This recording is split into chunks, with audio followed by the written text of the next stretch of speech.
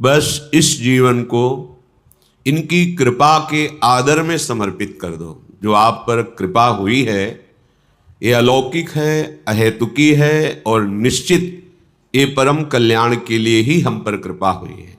जब जिस जीव के आवागमन चक्र का अंतिम जन्म होता है तो उसे नाम रूप लीला धाम का महामहिम स्वरूप श्रवण कथन करने का सौभाग्य, संत समागम और आराधना उपासना पद्धति ये प्राप्त होती है। महापुरुषों के वचनों के अनुसार जो हमें प्राप्त है ये हमारे अंतिम जन्म की सूचना है। यदि हम कृपा का आदर करते हुए जो उपासना पद्धति मिली है उसमें अपने जीवन को अर्पित कर दे तो प्रियालाल की अहेतुकी कृपा से यह हमारा आखिरी जन्म होगा। दुख क्लेश अशांति सदा सदा के लिए मिट जाएंगे। श्रीपाद प्रबोधानंद जी महाराज कह रहे हैं, भ्रातर्भोगा सुभुक्ता का इहि न भवता नापि संसार मध्ये विद्यादानाध्वराद्यै कति कति जगति ख्याति पूजाद्य लब्धा अद्याहारे पियादृच्छिक उर्गुणवानप्यहो समृतात्मा श्रीमद वृंदावनेस्मिन् सतत मट सखे सर्वतो मुक्त संगः। हे भाई, यदि तुम्हारा मन ऐसा प्रलोभन दे रहा हो आपको कि ये भोग तो भोगा नहीं, अगर भोग लूं तो हमारा मन शांत हो जाएगा, ऐसी बात मत मानना। ये आपको फंसा रहा है, क्योंकि भ्रातर भोगा सुभक्ता का इह न भविता नापि संसार मध्य, कोई ऐसा भोग नहीं है जो तुमने संसार में भोग न लिया हो, क्योंकि तुम्हारे बहुत जन्म हो गए हैं। इस माया के प्रभाव से पूर्व स्मृति नष्ट हो जाने के कारण तुमको ऐसा लगता है कि अगर ये मैं भोग लूं तो मेरा मन शांत हो जाए, तो ये तुम्हारे साथ धोखेबाजी खेल रहा है। तुम्हारा अंतःकरण जो बुद्धि मन चित्त अहंकार है ये तुम्हारे साथ धोखेबाजी कर रहा है। जब इसे भोगों में उतारोगे तब ये फिर निर्णय करेगा अंतःकरण, इसमें वो नहीं इसमें होगा सुख, इसमें नहीं इसमें होगा, पूरा जीवन बर्बाद कर देगा। कौन सा ऐसा भोग है जो तुमने उपभोग नहीं किया? सुभुक्ता खूब अच्छी तरह से भोगा है, पर इस माया ने ऐसे विस्मरण को प्रकट कर दिया है कि तुम्हें होश ही नहीं है। तुम्हें लगता है मैं पहली बार संसार में आया हूं तो पहली बार तो मुझे भोग लेना चाहिए। एक धनी घर के उपासक वैराग्य भावना से चलने की चेष्टा कर रहे थे, तो परिक्रमा में मिलते थे। एक बार उन्होंने कहा मेरा मन ऐसा कहता है, जैसा ये महापुरुष जन इशारा करते हैं कि एक बार तो मैं भोग के देख लूं तो अपने मन को समझा लूंगा। नहीं, ये ऐसी फिसलन है इसमें, जो फिसला तो गुरु कृपा हरि कृपा ही आपको पुनः चढ़ा सकती है, नहीं तो ये फिसलता ही चला जाएगा, पकड़ में नहीं आएगा। फिर आप ये उत्साह भी खो देंगे कि मुझे परमार्थ में चलना है। देख लेना, ये उत्साह भी खो देंगे। जैसे जैसे आप धर्मयुक्त विषयों का सेवन और अधार्मिक क्रियाओं का त्याग, वैसे वैसे आप में एक ऊर्जा शक्ति, एक अध्यात्म बल, निर्णय करने की शक्ति, दुखों को सहने की शक्ति, कोई तुम्हें परास्त नहीं कर सकता, ऐसा एक ओज तेज बल ये प्रकट हो जाएगा। ये जो आप निराश हताश उदास इसी मन की सलाह के कारण हुए हैं। इसलिए हे उपासक, हे भाई, तुमने सब भोग लिए हैं, मन की इस चाल में मत फंसना। ये तुम्हारा जन्म केवल भगवत प्राप्ति के लिए है, प्रभु को रिझाने के लिए है। कभी मान बड़ाई में, कभी भोग वासना में, कभी शरीराभिमान में, कभी मोह ममता, ये ऐसे फंसाती रहती माया। विद्यादानाध्वराद्य है कति कति जगति ख्याति पूजाद्य लब्धा। कभी कभी मन धर्म की आड़ में दान पुण्य आदि की भावना से अहंकार को पुष्ट कराने लगता है। अंतःकरण चतुष्टय में 4 धर्म है। बुद्धि का काम निश्चय करना है, मन का काम संकल्प विकल्प, चित्त का चिंतन, अहंकार का स्वीकार करना। मैंने ये कर्म किया, मैं ऐसा कर्म करूंगा, मैंने ये भोगा, आगे ऐसा भोगूंगा। ये जो अहंकार को पुष्ट करने के लिए धर्म की आड़ में दान पुण्य आदि करते हुए हम अहम को बढ़ावा देते, ये माया का फसाव है। अपनी वस्तु मानकर दान करने से ठीक है, कई गुना वो मिल जाएगी आपको, पर जितनी आपके पास है उतना आपको वो दुख दे रही है, भगवत विस्मरण करा रही है, अहंकार बढ़ा रही है, तो उससे 10 गुना और बढ़ जाएगा, तो अशांति तो और बढ़ जाएगी। तुम्हें लगता है वैभव बढ़ने से शांति होती है? नहीं, ज्ञान बढ़ने से शांति होती है। त्यागाच्छांत्यनंतरम, विवेक के द्वारा असत वस्तु, असत पदवी, असत क्रिया, असत चिंतन, जब इनका त्याग होता है तो शांत हमारा स्वरूप है, क्योंकि हमारे अंशी भगवान का शांत स्वरूप है। शांताकारम भुजग शयनम। देखो, कोई सांप पे लेट के भी शांत रह सकता है, और ये तो भगवान शेष जी और उनकी गोद में लेटे हुए हमारे प्रभु कैसे शांताकारम। तो हमारा स्वरूप क्या है? शांत है। शंकर सहज स्वरूप सम्हारा, लाग समाधि अखंड अपारा, अखंड अपार समाधि परम शांति। तो ये जो हमारा मन हमको संकल्प विकल्प में फंसाता है कि ये दान कर दूं तो ये मिल जाएगा, ये कर दूं तो ये मिल जाएगा, करो, अपनी वस्तु मान के नहीं। त्वदीयम वस्तु गोविंदम तुभ्यमेव समर्पये। हे गोविंद, हे प्रियाजू, आपके द्वारा जो सेवा सामग्री दी गई है वो सेवा सामग्री आपके चरणों में समर्पित है। इससे आपको भगवत प्रेम मिलेगा, भगवत कृपा मिलेगी, आप महान शांति को प्राप्त होंगे। क्रिया वही है, अपनी वस्तु मान के दोगे तो कई गुना बढ़ के मिलेगी, और प्रभु की वस्तु मान के दोगे तो प्रभु मिल जाएंगे, जो परम लाभ है। इस मनुष्य जीवन का परम लाभ भगवत प्राप्ति है। श्रीपाद कह रहे कि विद्या, माया के 2 स्वरूप हैं, एक है अविद्या और एक है विद्या।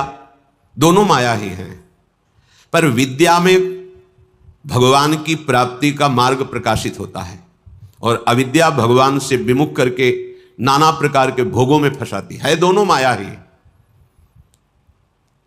पर जो विद्या पढ़ करके उसे अभिमान से युक्त कर लिया जाता है, वो फंसाने वाली ही बन जाती है, क्योंकि वो भी माया ही है। मैं शास्त्रों का ज्ञाता हूं, मुझे बहुत आता है, मुझे सब ज्ञान है, मैं विद्वान हूं, ये ठीक नहीं।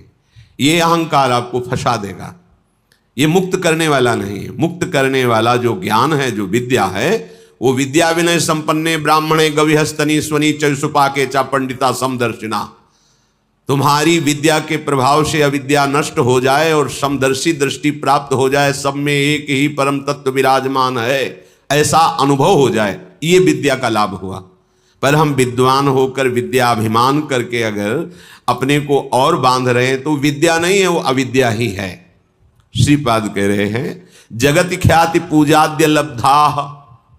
कोई मुझे बहुत अच्छा कहे, बहुत बड़ा दानी है, बहुत भगत है, बहुत सेवक है, आदि आदि। यदि ऐसी सुनने की इच्छा है, आपको ऐसी ख्याति पाने की इच्छा है, तो ये भी माया का जाल है, जो आपको आवागमन में बांध करके कष्ट देगा। विश्वास कीजिए महापुरुषों के वचनों पर।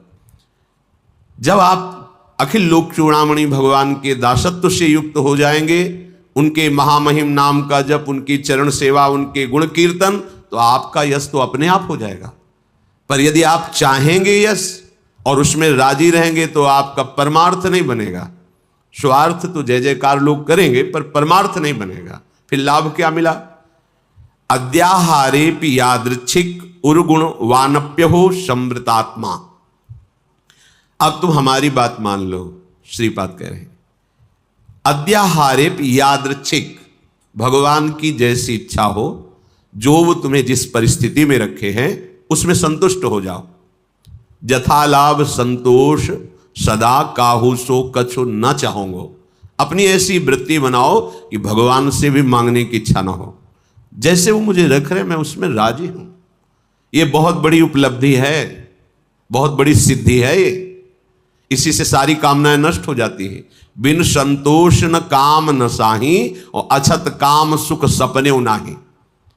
बिना संतोष के कामना का नाश नहीं होता, और जब तक कामना रहती तब तक स्वप्न में भी जिसे सुख कहते हैं उसका अनुभव नहीं होता। जागृत की कौन कहे?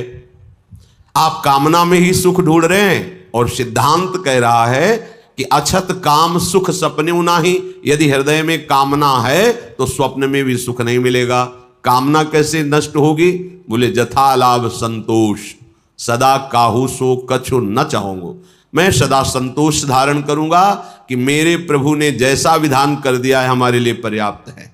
जथा लाभ आद्याहारेपि यादृच्छिक, जो हमारे आराध्य देव है उनकी इच्छा के अनुसार हमें आहार, वास, वस्त्र, व्यवस्था और संग, ये जो कृपा करके मिला है, हमको अब आकांक्षा नहीं करनी चाहिए किसी भी वस्तु की। सच्ची मानो जैसे कोई प्रश्न करे कि हमें सत्संग की आकांक्षा करनी चाहिए, हमें भगवत चरणारविंद के धाम में रहने की आकांक्षा करनी चाहिए।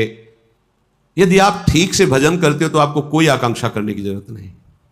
आगे से आगे वो जहां पहुंचाना, जो करना अपने आप करेंगे। हम वृंदावन को जानते भी नहीं थे, पहली बार स्मरण हुआ कैसा होगा वृंदावन, क्योंकि अपने लोगों की अंतर्दृष्टि रहती थी, एक एक हरकत पर नजर थी अंदर की, बाहर का तो मतलब ही नहीं था। भगवान की ऐसी असीम कृपा रही है कि यौवन अवस्था में कभी कहीं भरपेट भोजन मिला हो तो मिला हो, ना कोई गर्म कपड़े पहनना, ना जीवन में कभी पंखा चलाना। ये ऐसी दुनिया का प्रपंच तो बहुत दूरी बात है, कभी पंखा के नीचे सोए हो ऐसा अनुभव नहीं वृंदावन के सिवा। एकमात्र अंतर्दृष्टि, मेरी वृत्ति कहां है, बस इसी पर रहती थी। कहां है मेरी वृत्ति?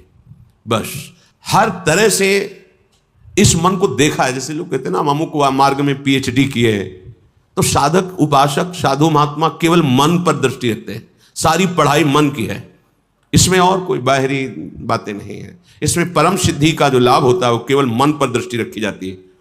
उसी को दृष्टि में रख करके सृष्टि से बचा के और भगवान के चिंतन में लगाना, बस एक लगन लगी हुई, कैसे ब्रह्म साक्षात्कार हो, कैसे वहां कोई ये गुंजाइश नहीं थी।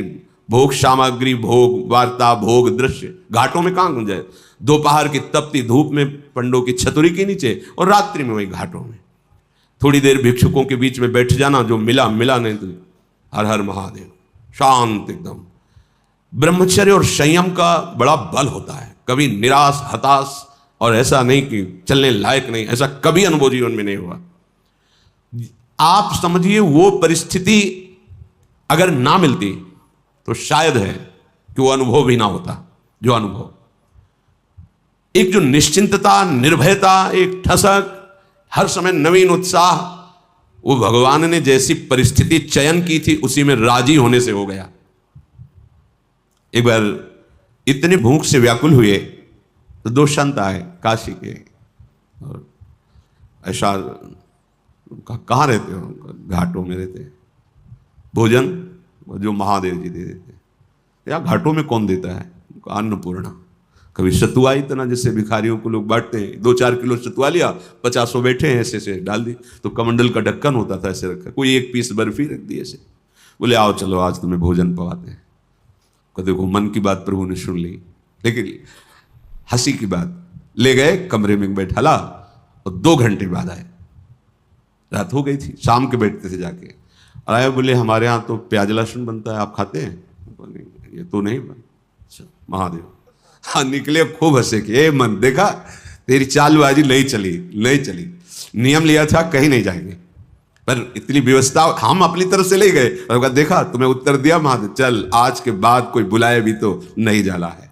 जथा लाभ संतोष सदा का हो, ये बहुत बड़ी उपलब्धि का मार्ग है। चाहे गृहस्थ हो चाहे विरक्त हो, जैसी परिस्थिति प्रभु ने दी है, सच्ची मानिए तुम्हारे कल्याण के लिए वैसी परिस्थिति आवश्यक है। आप कह सकते हो बड़ा घर में प्रतिकूलता रहती, जरूरी है प्रतिकूलता। भगवत प्राप्ति के लिए जो तुम्हें प्रतिकूलता मिली जरूरी है, बड़े बड़े सिद्ध भक्तों को मिली है। आप तो अभी भक्ति के मार्ग में कदम रखना चाहते हैं, और जो भक्ति के सुभट हैं उनके साथ भारी से भारी प्रतिकूलता हुई। हम प्रतिकूलता का निरादर न करें, वो भगवत कृपा है जो मुझे दलदल से निकाल रही है। सबका स्वरूप सामने आ रहा है। रहीमन विपदा हो भली जो थोड़े दिन होए, हित अनहित या जगत में जान परे सब कोय। तो अद्याहारेपि यादृच्छिक उर्गुणवा नप्य हो समृतात्मा। जब आपको जैसी परिस्थिति में रखा गया उसके बदलने के लिए आप दिखावा न कर दें। दिखावा होता है ब्रह्मबोध प्राप्त करने के लिए एक महापुरुष मिले थे। उन्होंने कहा था कि अपने गुणों को प्रकाशित ना करे, मौन का आश्रय ले और ऐसे जैसे कोई विक्षिप्त हो ऐसे रहे, फिर उसकी जो यथालाभ व्यवस्था होती उसमें रहे तो उसे बहुत जल्दी ब्रह्मबोध प्राप्त हो जाता है। अपने गुणों को प्रकाशित करके, अपनी महिमा को प्रकाशित करके उसका उपभोग करने लगे तो फिर वो स्थिति से गिर जाता है, वो उस चरम अवस्था को प्राप्त नहीं होता। गंगा किनारे एक से एक महापुरुष, एक से एक दिव्य अनुभवी महापुरुष। यहां कह रहे उर्गुण वानप्य हो समृतात्मा। आप अपने गुणों को प्रकाशित करके ऐसा कहीं उपभोग तो नहीं कर रहे, अपने सम्मान का गुण प्रदर्शित करके, चाही हुई वस्तुओं का, मानी हुई मान्यता का यदि उपभोग कर रहे हैं तो आप अपने मार्ग से गिर जाएंगे। आपको गुण प्रदर्शन नहीं करना। हम प्रभु के गुण गा रहे हैं, प्रभु का नाम कीर्तन कर रहे हैं, प्रभु की सेवा कर रहे हैं, प्रभु का जस गा रहे हैं। हजारों को लाभ मिले, लाखों को लाभ मिले, करोड़ों को मिले, सबका मंगल हो, कोई परेशान। यहां कह रहे कि अपने गुणों का प्रदर्शन करके प्राप्त विषयों का सेवन उपभोग करना, विषय आए स्वीकृत नहीं हृदय में, जथा लाभ संतोष सदा। महलों में रखो चाहे झोपड़ी में बांध दो, कोई प्रश्न नहीं है। चित्त का समाधान हो चुका है, अब कोई परेशानी नहीं है, कोई खुशी नहीं है, कोई दुख नहीं है। बहुत उत्तम स्थिति का वर्णन कर रहे हैं उपासक के। श्रीमद वृंदावनेस्मिन सतत मठ सखे सर्वतो मुक्त संगा। ये अमृतमय वचन। वृंदावन में तुम्हारा आगमन हुआ, वृंदावन का आश्रय लिया, वृंदावन का वास, तो यहां किसी का संग मत करना। कह रहे हैं सखे सर्वतो मुक्त संगा। सर्व संग और संत संग इस सर्व में नहीं आता। जो भगवत अनुराग में रंगे हुए महापुरुष हैं, तो भगवत प्राप्त संतों ने भी ऐसी आकांक्षा की कि मुझे ऐसे प्रेमी महाभागवतों का संग मिले, क्योंकि बिना उनकी चरण धूल में बैठे, उनकी चरण धूल से अभिषिक्त हुए ना तत्वबोध होता है ना भगवत प्रेम होता है। तो संतों का संग ही सर्व संग का त्याग कराता है। इसीलिए श्री भगवान ने अपनी प्रसन्नता, अपनी प्राप्ति के उपाय का जब वर्णन किया तो कह रहे हैं व्रतान यज्ञ छंदांस तीर्था नियमा यमाह यथा वरुंधित सत्संगा सर्व संगोपहो हिमाम। बड़े बड़े व्रत नियम और तीर्थ यात्रा धर्म आदि, इन सब के द्वारा शास्त्र स्वाध्याय आदि, देवताओं का यजन पूजन आदि, इनके द्वारा मेरी प्राप्ति उतनी संभव नहीं जितनी संत संग से। क्योंकि संत संग क्या करता है? सर्व संगोपहो हिमाम, सर्व संगों का त्याग करा देता है। जो आसक्ति संसार में, विषयों में, व्यक्तियों में, वही आसक्ति यदि संत महात्मा में हो जाए तो मोक्ष का खुला हुआ द्वार शास्त्रों में पाया गया है। तो यहां जो सखे सर्वतो मुक्त संगा, उसका भाव है जो प्रभु से विमुख जन है उनसे हमारा परिचय भी नहीं होना चाहिए। वृंदावन ऐसे रहे मनो चिन्हारो नहीं, हम नहीं पहचानते किसी को। नेत्र नीचे हैं, अपने मार्ग को देख रहे हैं और अपने प्रिया प्रीतम का स्मरण कर रहे हैं। जो मिलता है मेरे प्रभु इस रूप में आए हैं, ऐसे भाव से। कहीं कोई सांसारिक भाव, सांसारिक संबंध नहीं। सांसारिक प्रपंच को स्वीकार करने वाला उपासक उपासना में आगे बढ़ नहीं सकता। अपने गुणों को प्रयोग न करते हुए, जो हमारे अंदर भागवतिक गुण हैं, वो प्रभु की महिमा को, प्रभु के यश को गान करके जगत मंगल के लिए हैं। अपने में विशेषता का भाव आ जाना पतन का लक्षण है। मैं इनसे विशेष हूं, विशिष्ट हूं, मैं महान हूं, ऐसी बात मलिन अंतःकरण में आती है, निर्मल अंतःकरण में नहीं। जितना अंतःकरण निर्मल होता जाएगा उतने ही ये भाव खत्म होता चला जाएगा। और जिसका संपूर्ण अंतःकरण निर्मल हो जाता है, उसके हृदय में ये बात आ जाती है कि मैं चराचर जगत का सेवक हूं। सो अनन्य गति जाके असमत न टरे हनुमंत, मैं सेवक और सचराचर रूप स्वामी भगवंत। ये सबसे बड़ी बात आ गई। तो श्रीधाम वृंदावन का आश्रय, वृंदावन का वास, किसी से कोई परिचय नहीं। जैसी परिस्थिति में प्रिया प्रीतम रख रहे हैं वो हमारे योग्य है। हम अपने गुणों का प्रदर्शन करके किसी भी वासना की पूर्ति की चाह न रखें। हमारा एकमात्र उद्देश्य भगवत प्रसन्नता, दान पुण्य आदि करके सब कर मांगते एक फल रामचरण रति हो। सारी चेष्टाएं हो रही, इसका फल है मेरी प्रिया जो प्रसन्न हो जाए, मुस्कुराकर एक बार हमारी तरफ कृपा कटाक्ष कर दे।